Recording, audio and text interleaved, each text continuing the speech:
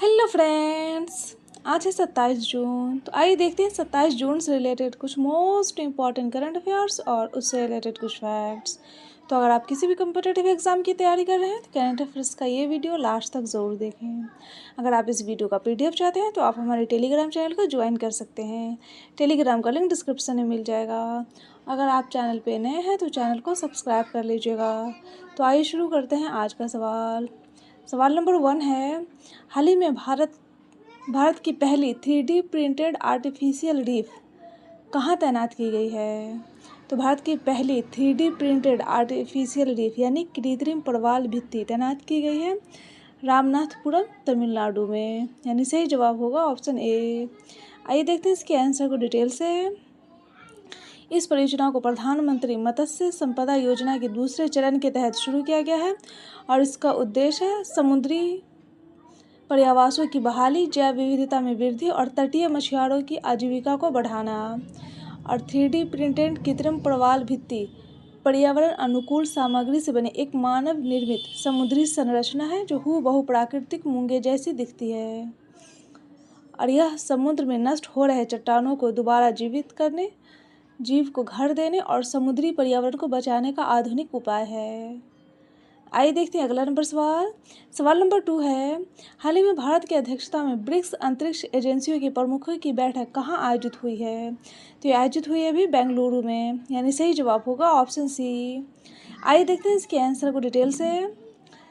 इस महत्वपूर्ण बैठक की मेजबानी भारतीय अंतरिक्ष अनुसंधान संगठन इसरो और अंतरिक्ष विभाग द्वारा विदेश मंत्रालय के सहयोग से की गई है और इस बैठक में ब्रिक्स देशों के 26 प्रतिनिधियों और वरिष्ठ अधिकारियों ने हिस्सा लिया है और इस दिवस की थीम है मजबूती, इनोवेशन, सहयोग और सस्टेनेबिलिटी के लिए निर्माण। आइए देखते हैं अगला सवाल। सवाल नंबर 3 है, हाल ही में वस्त्र मंत्रालय ने वैश्विक बाजारों के लिए वस्त्र शीर्षक से 2 दिवसीय विभागीय शिखर सम्मेलन का उद्घाटन कहाँ किया है? तो ये उद्घाटन किया है अभी नई दिल्ली में। यानी सही जवाब होगा ऑप्शन ए। आइए देखते हैं इसके आंसर को डिटेल से। इस सम्मेलन का उद्घाटन कपड़ा मंत्री गिरिराज सिंह ने नई दिल्ली में किया है और इसका मुख्य उद्देश्य भारतीय कपड़ा उद्योग को अंतर्राष्ट्रीय स्तर पर प्रतिस्पर्धी बनाना और वैश्विक बाजार में भारत के निर्यात हिस्सेदारी को बढ़ाना है। और इस दिवस की थीम में वैश्विक बाजारों के लिए वर्ष 2030 तक $100 अरब के निर्यात का लक्ष्य हासिल करने की रणनीति। आइए देखते हैं अगला सवाल। सवाल नंबर 4 है, हाल ही में मध्य प्रदेश के जबलपुर एयरपोर्ट का नया नाम क्या रखा गया है? तो मध्य प्रदेश के जबलपुर एयरपोर्ट का नया नाम रखा गया है वीरांगना रानी दुर्गावती एयरपोर्ट। यानी सही जवाब होगा ऑप्शन बी। आइए देखते हैं इसके आंसर को डिटेल से।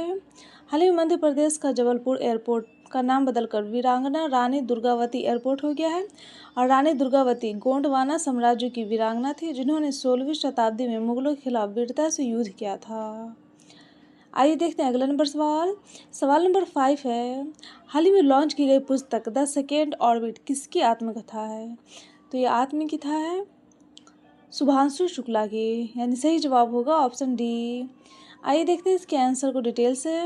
हाल ही में नई दिल्ली में वायुसेना प्रमुख air chief marshal Amarpreet Singh ने ग्रुप कैप्टन शुभांशु शुक्ला की आत्मकथा the second orbit belief of a man dreams of 1.4 billion hearts का विमोचन किया है।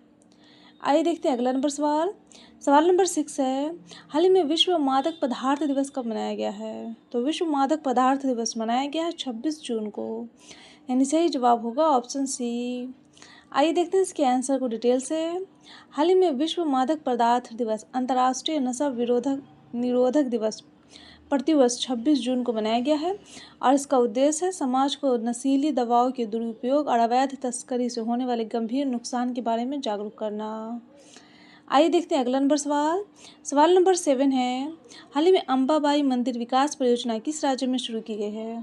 तो ये शुरू की गई है महाराष्ट्र राज्य में। यानी सही जवाब होगा ऑप्शन डी। आइए देखते हैं अगला सवाल। सवाल नंबर 8 है, हाल ही में बंगाल क्रिकेट एसोसिएशन ने किसे अपना महत्वाकांक्षी विजन 2028 कार्यक्रम का प्रमुख और तेज गेंदबाज कोच नियुक्त किया है? तो नियुक्त किया है अशोक दिंडे को। यानी सही जवाब होगा ऑप्शन ए। आइए देखते हैं अगला नंबर सवाल। सवाल नंबर 9 है, हाल ही में फीफा ने किस देश के फुटबॉल संघ को निलंबित किया है?